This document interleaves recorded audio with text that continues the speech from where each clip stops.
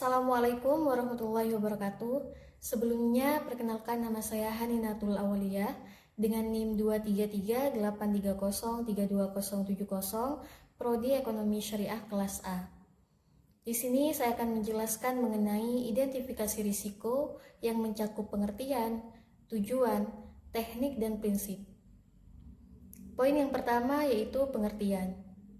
Identifikasi risiko adalah proses untuk menemukan, mengenali, dan mendeskripsikan risiko yang dapat mempengaruhi pencapaian tujuan organisasi.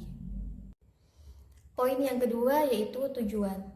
Tujuan identifikasi risiko diantaranya yang pertama, untuk mengetahui potensi risiko sejak dini. Yang kedua, untuk menjadi dasar analisis dan pengendalian risiko. Dan yang ketiga, untuk menghindari kejadian yang dapat merugikan. Poin yang ketiga yaitu teknik identifikasi risiko. Di antaranya yang pertama, brainstorming, yaitu diskusi kelompok untuk menggali risiko. Yang kedua, checklist, yaitu menggunakan daftar risiko yang pernah terjadi sebelumnya. Yang ketiga, interview, yaitu mengumpulkan informasi dari ahli atau pihak terkait. Yang keempat, SWOT analysis, yaitu mengidentifikasi risiko dari aspek strengths, weakness, opportunity, dan threats. Yang kelima, flowchart, yaitu mengidentifikasi risiko dari setiap tahapan proses. Yang keenam, what if analysis, yaitu mengajukan pertanyaan bagaimana jika untuk kemungkinan risiko. Dan yang ketujuh, Delphi Technique, yaitu pendapat ahli secara anonim untuk menghindari bias. Poin yang keempat yaitu prinsip-prinsip identifikasi risiko. Prinsip-prinsip identifikasi risiko adalah pedoman dasar untuk menemukan dan memahami potensi risiko yang bisa terjadi dalam suatu kegiatan atau organisasi.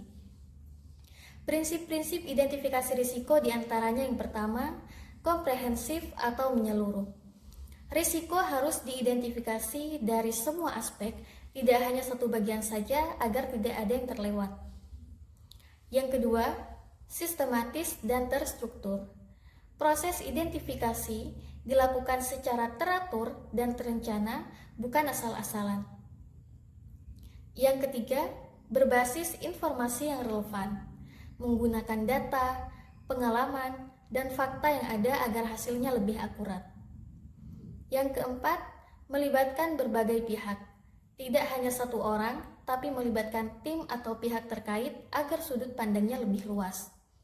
Yang kelima, mempertimbangkan faktor internal dan eksternal, di mana risiko bisa datang dari dalam organisasi maupun dari luar, seperti lingkungan, pasar, regulasi, dan lain-lain. Yang keenam, dinamis atau selalu diperbarui.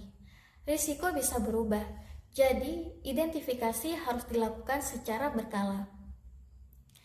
Dan yang ketujuh, jelas dan terdokumentasi. Semua risiko yang ditemukan harus dicatat dengan jelas agar mudah dipahami dan ditindaklanjuti. Baiklah, itu saja yang dapat saya jelaskan, kurang dan lebihnya mohon maaf. Wassalamualaikum warahmatullahi wabarakatuh.